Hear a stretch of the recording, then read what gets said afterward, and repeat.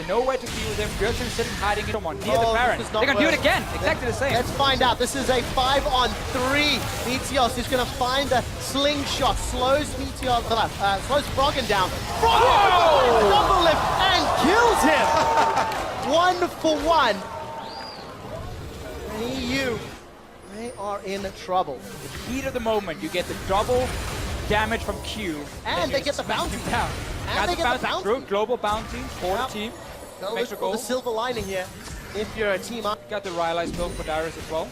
He's obviously not been able to split push a hole up because of Huni. Yeah, let's take a look. Huni, Counter-Strike is charging. That's a 4-man stun. Bjergsen's already down. The glacial path is up. Now Meteos is in trouble. He's going to look for the travel. Not going to find it. Gets blobulated. And Team Ice pick up 2 kills. I'm not sure that's a word, but I'll go with it. So you have a Rage Blade Jax here. 21 minutes in. Baron is alive. Because of a Kalista. Soon to be and you have Deathblade, also too. at least, you can go for Baron right here. So this Bjergsen is- is there for 20 seconds. 20 seconds on Meteors as well. So this is just some overconfidence from NA, putting them in a position where they can get chunked. Death Sentence finds no one. Kasing's not having the most impact this game. Reckless has landed a few spears into Dyrus. They've split their attention.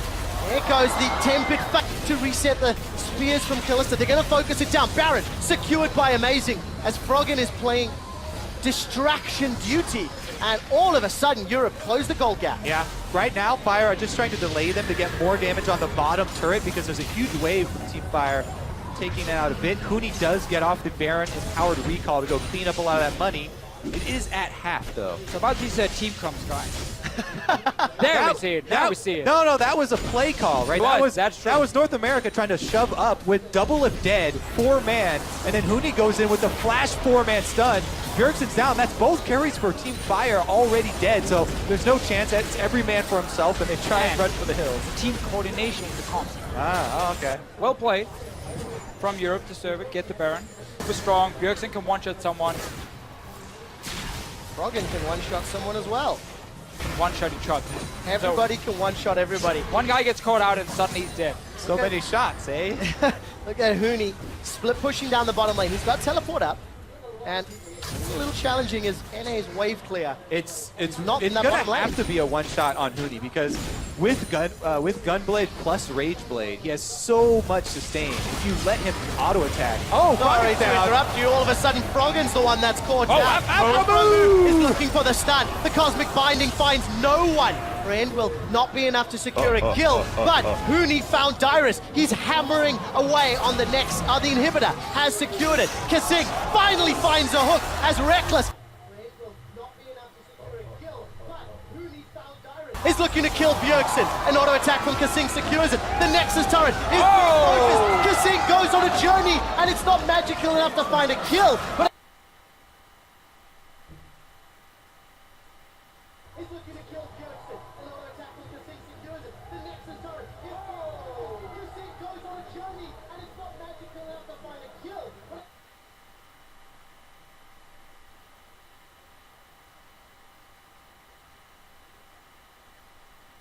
Are you sure? I go to Freak and say do math for me, and then I get all the numbers and I can say it. Yeah, that's the Rageblade, Gunblade combo. Obviously no flash or anything. Slow down and dead. Dyrus picking the sins for the fans. Not really working out as this game was played out. The biggest difference was the mid-game shot calling there. North America had a giant lead. And team comp. Well, also double lift going face-to-face with multiple EU carries. Yeah, that can be a bit of a problem. True. Can be a problem, and we are seeing NA. Only a tall. Kill him again. There you go. Opportunistic. We should be proud about that one. Bjergsen. Gets melted. Gets melted. That's not wrong, he is. Right. Flash Cocoon will trade flashes with Bjergsen. I call Worth with all the pick opportunities. It's Worth. Huni finds Obanivia by Froggen. Afro Mu is taken out, and Europe as we're onto the spree. The Nexus will go down. 100 points. Now, the last time that happened at Battle of the Atlantic, despite winning 3 of the 5 series, EU still lost because of points? You have to pay attention. You know, some matter. Well, this one did matter. This did matter, and you lost. It mattered. Europe Fair has enough. struck first blood. Fact. Congratulations. Still a very fun game. It was. It was. It was really, super entertaining. And it was like you mentioned as well. There were a lot of kills. I think it was slightly over 1 a minute. Yeah. Teams playing a little fast and loose, maybe. A lot of roaming. I like North America, the strategy here. Like, oh, it's a fight mid lane, roam. It's a fight top lane, let's run. Work for double lift. Didn't work for North America. The split pushing just got out of control. The Jax with Rage Jax, Blade man, the team talked up for a big reason. Yeah, but are we going to see Jax bans? Because it. I like the bans that they threw out. We saw on 522. We saw Fiora going through and Jax being banned out after a couple of games of seeing the Rage Blade. It was like, nope, don't want to deal with that. Change. I mean, Fiora is still super, super strong. And you can do somewhat like insane as the Jax here. But Fiora can also snowball and become the one-on-one monster, basically. Could.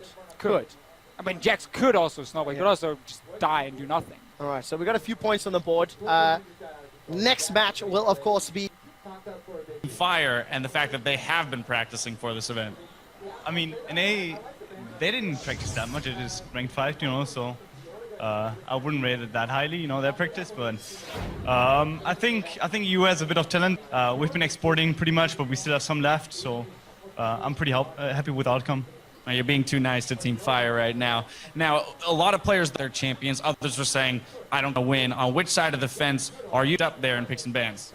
Yeah, well, you go on stage, you're like, I kind of want to troll. Kind of want to troll it, and then you see the other players, you stare them down, you're on the other side, and then you see it in their eyes, their competitive nature, and you just want to beat them.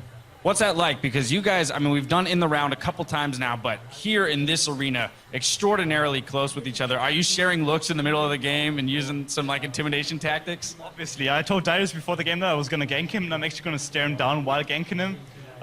Didn't happen, but I still like kind of changed a bit of looks, you know, that kind of shit. Yeah, definitely got to be intimidating. Well, a great start there by Team Ice. Thank you, amazing, for the interview. And we're going to send this back over to the desk to finish out the post-game analysis for that game. Thank you so much. I mean, it's all-star. Amazing. It's all good. We also tried to interview Huni after as well, but he just sat in his chair and he was like, I made a horrible, horrible mistake after playing against that NA team. That's what happened. I mean, the best performing members in this game were playing in the North American LCS. Not yet. You know, I mean, it's, you know, regardless of the result, NA may have not won, but we actually did win. Yeah, I mean, there's one player that really stands out in this series, and it's North American LCS' own Huni. I mean, if Europe's gonna claim him in the first reel here, we was exactly as much claim as you guys do. So You don't. Right now, true. you don't. It's all-star. It's still this season. He is playing for Team Europe. Let's take a look at what they decided to play with, though.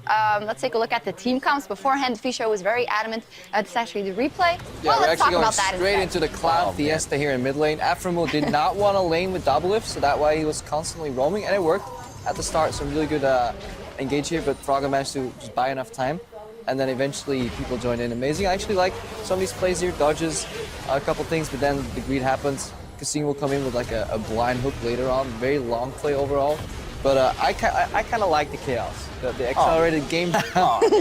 Monty sadly isn't here, so he can't really appreciate the genius of this, although Casino should have played later. Yeah, and this is where Huni, I thought, yeah, Huni, just jump back in there, go, get him.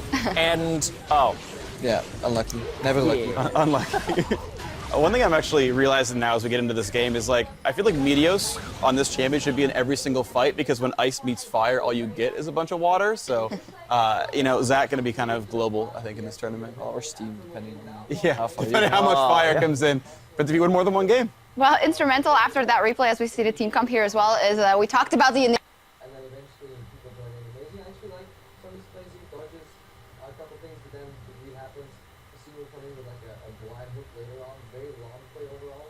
But I kind of like the chaos. The accelerated gameplay, chaos style. Monty sadly isn't here. So you can't really appreciate the genius of this, although Casino should have played later. And this is where Huni, I thought he was batting for NA here. I was like, yeah, Huni, just jump back in there, go, get him.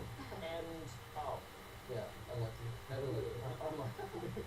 One thing I'm actually realizing now as we get into this game is, like, I feel like Meteos on this champion should be in every single fight, because when ice meets fire, all you get is a bunch of water. So, you know, Zach going to be kind of global, I think, in this game. Yeah, depending how much fire comes in. But do you win more than one game? Well, instrumental after that replay as we see the team come here as well is we talked about